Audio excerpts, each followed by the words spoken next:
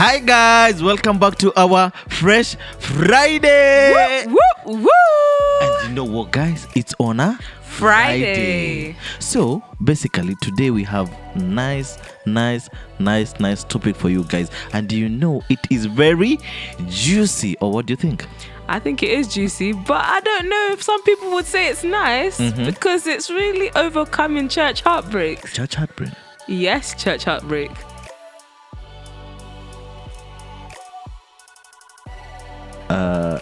You dated a boyfriend in church? I or what do you mean? didn't date a boy in church. Unfortunately, the church broke my heart. Church? I don't think anybody's ever heard anything like that. But I've had a church heartbreak. But have you never experienced anything like that? Let me. Yeah, basically I have. But I don't know if it is very juicy, but let me give you a story about it. Tell me. So one day, I was invited by a friend for a lunch hour service with me, God and lunch. Basically, I escaped my lunch for God, and we went. Yeah. So as we were getting into the church, we were given an envelope, which is a red flag number 1. Good. Okay. So later, it's time for us to be given the word. And when the preacher stands at the pulpit, he says that I want to give you deliverance to these people. And basically, right now, I want to start with the people who are business people. So he hadn't preached? Yes. He had not preached, which is now becomes a red flag number 2. Okay. All right.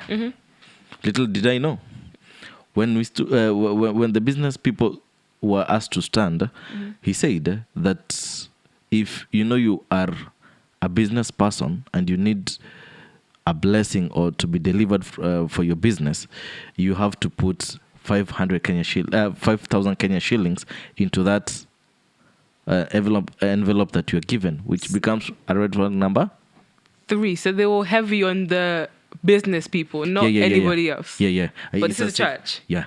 Okay. So guys did that, and out of the number of people who stood, let's say about a quarter went in front to be prayed for. So when the pastor saw that the large number of people had remained on their seats, he continued and said that those who have remained standing, if you still need to be blessed for your business, just put about 3,000 Kenya shillings and you come in front. It's giving extortion. Whoa. Okay. I did wait. Guess what? I ran. I ran out of the church. I ran out. This is a red flag, you know. I ran out of the church. So you had money and you just said, yeah, it's a wrap. That's business. But anyway, I don't know, on your side. Business church. I don't think I've actually, tell a lie, I have heard business church. But that to me is extreme. Well, let me just first sit down well. For me... Tell me. Oh my story is more of a testimony than it is a story. But obviously, you know, I went through it. So it is a story. Where do I begin? 2016. We roll it back. I actually attended this church for 3 years. So I started when I was 16. I left when I was 19. Oh, what a journey it's been, and it was. So I started... Okay, what initially made me attend the church was an issue that had happened prior. And then one of my friends just said, come with me to church. I know a church. Let me tell you, I entered that church the first Sunday. One thing about me, I love music. Ooh. Yeah? The praise and worship, I'm not going to lie, was 10 out of 10. Ouch. The songs, as in, I'm coming from a particular church that you're just, you just stand up, you clap, then you sit back down. But this one, people are dancing, people are moving, you know, you can connect with the songs you're understanding, some of them you've never heard. Do you know what? I too would have followed you. Listen, I was in it. Oh my goodness, let me tell you. That particular Sunday, I remember, in fact, the problems did not begin that Sunday because obviously I was still fresh in the church. But I remember after the preaching, I was prayed for. And something, actually, they said something to me and I was just like, wow, how does this person know my life? So just naturally, you keep going back, you keep going back, you keep going back. So I don't make the story too long. I started attending fellowships from this church. Fellowships were okay. Obviously, it was every Monday. Remember, it was every Monday. And then on a Thursday, we'd attend midweek service. So I started going to those. Monday, Thursday, I'm at church.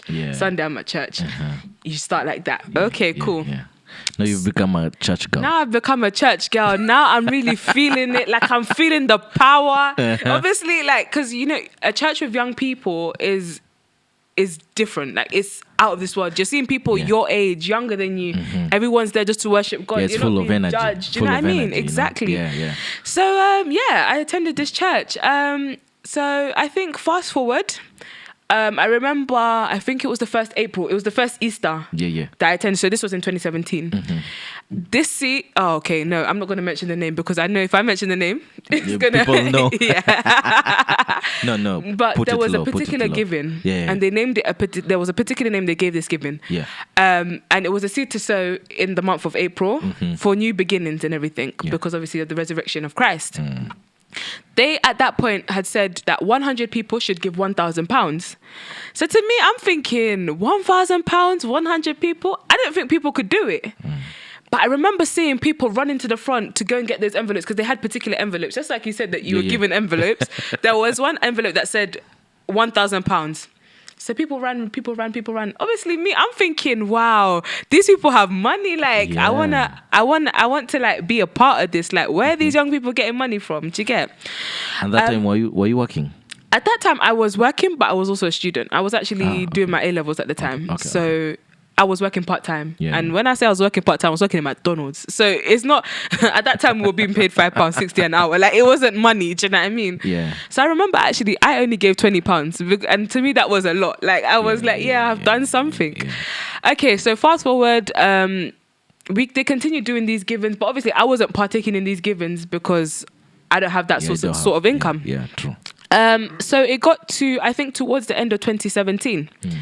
And I now attached myself to a lady. And when I say attached myself to a lady, it was like a mentor. You know, you call this person a mentor. I look at this woman and I'm thinking, oh my God, I want to be like you when I'm older. You see this person, they're not that much older than you, but they've got so much power. They're so passionate about God. For me, like at that time, I remember because I didn't know God in the beginning. And I remember I started reading the Bible. I genuinely trying to build a relationship with God. I was getting into it. And I'm seeing this woman now and I'm thinking, this woman's 24 years of age. I'm only 17. Like, surely I can be like her at one point. So I started following this woman. I followed her quite literally. If you ask my mom, Monday I'm there, Tuesday I'm there, Thursday I'm there, Friday I'm there, Sunday I'm there. So in short, truly you were a church girl full time. I was 100% a church girl. But what about you going to school and church and work? Oh, I was going... The thing is, I was only working 1 day a week. That was when I was working because I was still in A-levels. I finished A-levels when I was 18, so 2018. So yeah, obviously I was going pretty much every day. They would have midweek service. Sometimes they would even call... There was even one time we had services every single day. Whoa. As in Monday to Friday we had services. So I would go from school, I'd go to church. Get home at like 1 a.m. Go to sleep, go back to school the next day. So it was literally back to back like that. Okay, cool. Now I'm going to fast forward now to where it went downhill for me. So now I'm turning 18. I'm becoming an adult. In the UK, 18 is an adult. It's adult age, right? True. So I remember just before my 18th birthday, once again, my birthday's in April, so it was a blessing and a curse at the same time because that's when that giving, remember that giving I was telling you about in the beginning? That's when it comes along. So now, being 18, that's where it began. Loan number one. That is now the red flag number one. Loan number one. Loan number one. Woo. Yeah. Okay. So obviously, obviously here in the UK we have credit scores and everything. You have a high credit score in the beginning. Obviously, when you stop like making payments and that's when your credit score starts going down. Yeah. So they target young people. So I was one of them, and obviously being 18 now, you can do anything. You can get loans in your name. You can literally just take anything out in your name. Yeah. Nobody's gonna ask questions. Yeah, true. Okay, cool. So the first one was filled out in my name. Yes.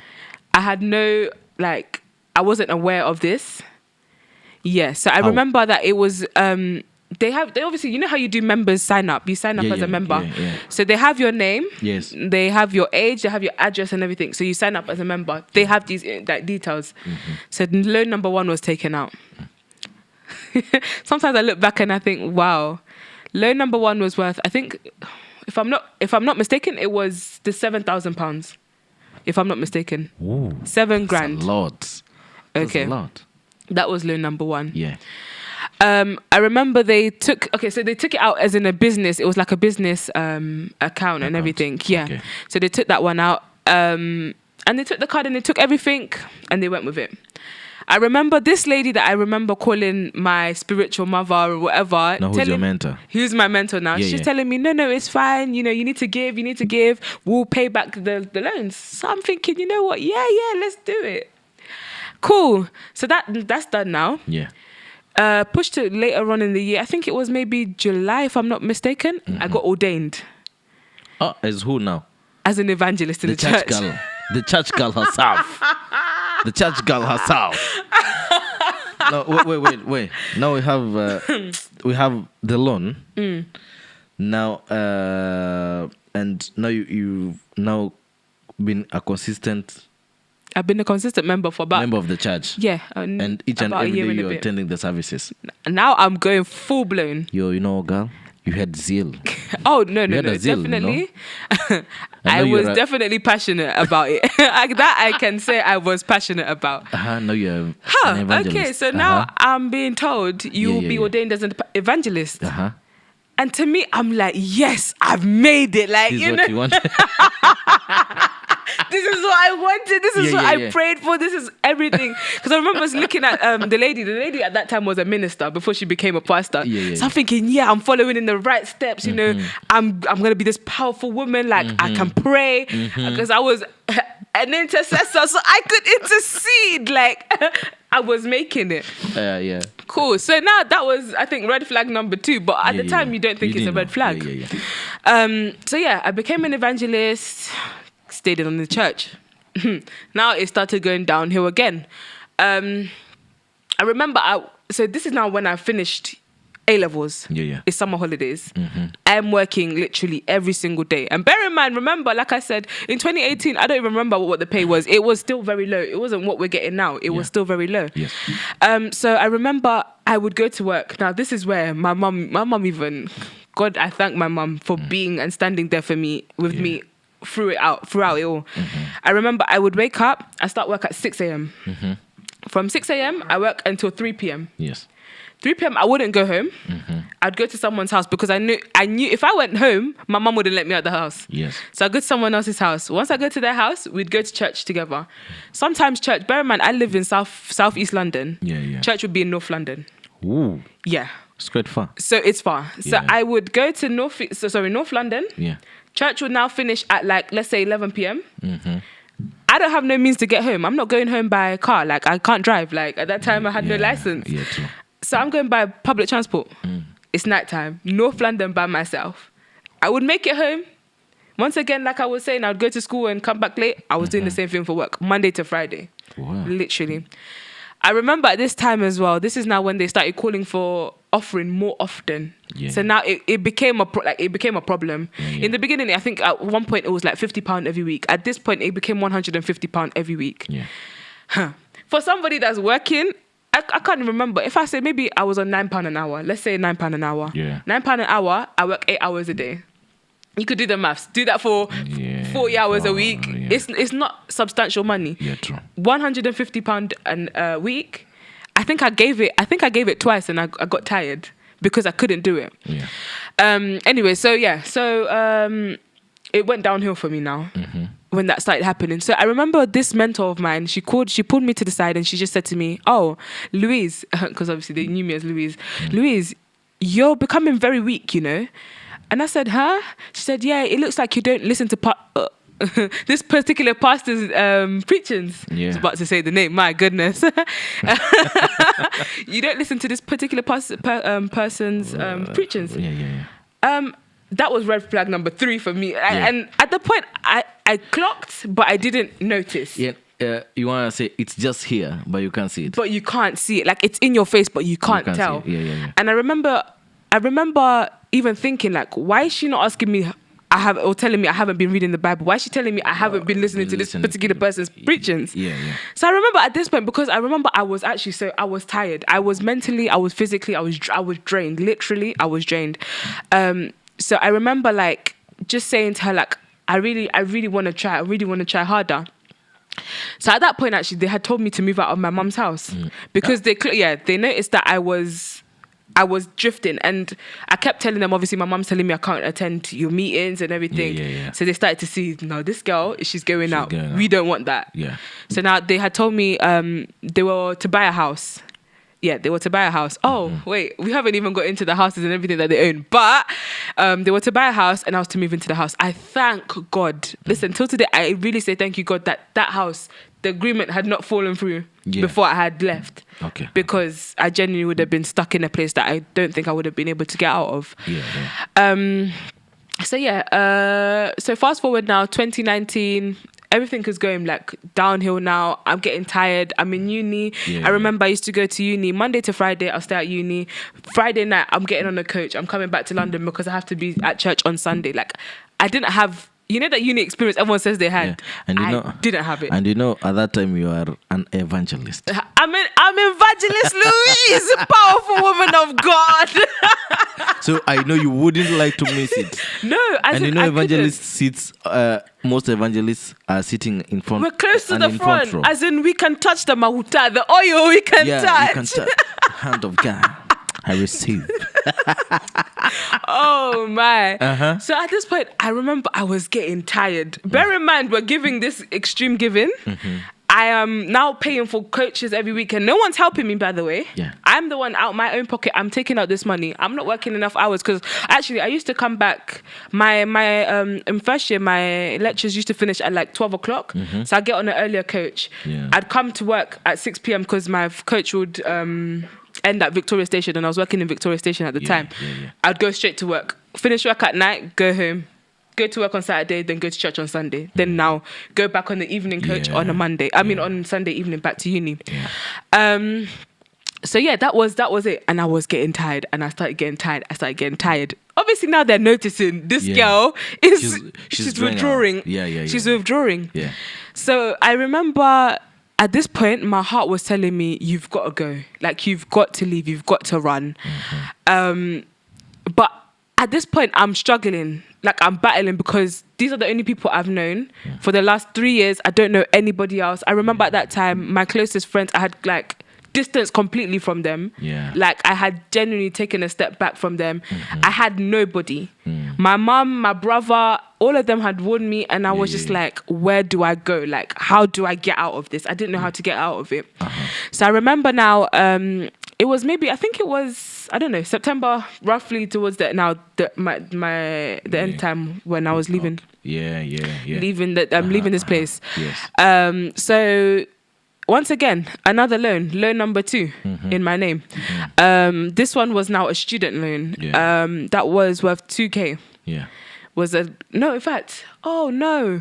I've missed the whole thing, but there was another loan in between the first one and the last one. The last one. Yeah. So that was a student loan, which was 2K. And then now there was the final loan that they took out, which was an Amiga loan for £3,000. Yeah. Anyway. Now this one was the one that brought me problems. But anyways, they took this loan out, they took the money, because what they tend to do, these loan companies, they send the person back the money first. Okay. They send the money to the guarantor before they send it to the person. Yeah. So they thought, obviously, this has been accepted and approved by myself. Okay, cool. So that had been taken out. At this point now, I'm thinking to myself, if I leave this church, who's going to help me? Yeah. How am I going to actually like pay this money? Like, I'm not working enough hours. I'm a uni student. I can't do it. But I remember waking up one Sunday morning and I said, like, God, listen, you're going to have to help me at this point. Like, I can't physically, mentally do it anymore. Yeah. At this point, I'm crying. Like, I'm literally breaking down. Like, because it's painful. Like, it's genuine heartbreak. Like, that you've trusted people for so long. You've put everything in, knowing and thinking that you're serving God in the name of, I don't know, and to then find that people can betray you in such a way. Yes. And I remember they used to say some things to me and I used to find it hurtful, but obviously, in fact, they would say some things and then they'll tell me, oh, Louise, you're just weak. Like, you're weak. You need to listen more to the word. You need to listen more. Yeah. Those things hurt. Like, it really, really hurt me, especially knowing that I was trying my best and I was, literally putting my 100%. My mum at this point we weren't on good terms. My brother, we weren't on good terms. I had literally cut off my entire family to be then told by this so-called family that you're weak. Cool. So now this Sunday morning, I've woken up. I've decided I'm not going back here. Like, I said to myself, I can't. I even remember my mum opened my bedroom door. Have you not gone to church? Because I used to leave before they woke up. Okay. I'd go to church 8 a.m., come back in the evening. So basically... Because I know guys are wondering, how did you overcome it? I'm getting there. Let me get there. Let me even finish how I left first and then how we overcame. All right. So, I remember that happened. And so that particular day, I got a message from this mentor lady. She said, Louise, bear in mind, she wasn't talking to me at this point because obviously I'm weak. Yeah. And you've withdrawn. I've withdrawn. Yeah. Louise, I didn't see you in church today. Where were you? In fact, no, it wasn't even Louise. It was Evangelist Louise. Where were you? I've forgotten you were an evangelist. I even forgot I was evangelist. And I remember saying to her, I didn't come to church today. Like, I genuinely feel like my heart is not in this anymore and I can't force myself to come in. Yeah. And actually, thank God, I want to publicly thank my youth pastor and his wife, Daisy. Yeah. Because those are the ones I actually contacted before I made the decision of leaving to leave. That's nice. And at that time, they didn't know me. Yeah. They had just seen me because obviously I would make appearances here and there in PCA. Yeah. Here and there, I would make appearances, but they didn't know me. But I thank God, honestly, for them because they stood with me and we persevered. So anyways, I left the church. And that was it. Everybody cut me off. It was like, I didn't exist. In short, it's like a dream. It was literally like I just woke up and... Then you woke up. It was... Ouch. Nobody spoke with me. I remember these girls I was telling you I was finding it hard because I didn't know anybody outside. Yes. These girls that I was calling my sisters. Yeah. Sisters. Not friends. Sisters. Mm-hmm. No one spoke with me. I messaged them. I was blocked. Oh. I was unfollowed on Instagram. Oh. I would message whatever. Nobody would answer. What about the mentor? The mentor, even worse. She was the one that was telling them not to speak with me. Oh. Because my judgment had become clouded and they didn't want me to now bring out everybody else. Yeah. So like that, I just withdrew. I'm telling you, I cried. The tears I cried. Could probably fill up a bucket, fill up a river. But we thank God today I can say I am debt free. Mm-hmm. It was a journey. Mm-hmm. It was not easy. Mm-hmm. I would go to work. Mm-hmm. Every month, I'll repay this loan. I would pay this money. I would literally for what? In fact, what? It happened just before the pandemic, obviously before we had lockdown, so we weren't working. It was furlough money. Yeah. And I was obviously being told, you get reimbursed, just pay, you get reimbursed. But I gave up. I just said, you know what, let me do this by myself. Yeah. So from 2020... Yes. I finished repaying 2022. Oh, we thank God. No, 2023, sorry. Yeah. Last year. Yeah. When I turned 23. And when I turned 23, I said, I'm 23, not 23. That's nice. I am free. But when I tell you it was a journey, it's a journey that I feel like we should really pay attention as young people in particular. Like, there's these red flags that churches actually give us from the get-go. Yeah. If a church is asking you for money constantly, guys, I'm not going to lie, run. Mm-hmm. Run. I think, guys, you've heard for yourself. Run, because, it looks to you like you're doing good and you're doing things in the name of God. Don't get it twisted. I don't want to, speak down. Not every church is the same. True. Not every church is the same. Not every preaching is a bad preaching. Yeah. But also even asking for the spirit of discernment, because sometimes when you enter something, you get clouded. Your judgment gets clouded. You can't hear. You can't. I'm telling you, if you know how much, if I wish my mum and my brother were here to tell you how much they warned me about this church. They told me, get out, stop going. And I'm like, no. But you know what? Today, I think your mom, she's really proud of you. Today, I can say, members, literally, they are the most happiest people. Like, I can't lie. Good. It was a journey. Yeah. It was tough. It hurt. Heartbreak. I'm not talking boy heartbreak. I'm talking church heartbreak. You never thought a church could heartbreak you. Yeah. But that's my testimony. That's how we're here. That's how I got here. Ooh, wow. That's a story It's and a half. a journey. You know? It is a journey. It's a journey. It's Yeah. a journey. So basically, there are 3 red flags you've spoken about. Yeah. But I would like to know, why did you ignore the 3 red flags? And you know, you've mentioned that your mom warned you, your brother warned you. But what kept you going back to the 3 red flags? Do you know what's funny? I actually sometimes ask myself that question till today. What kept me there? Yeah. But a lot of it was security.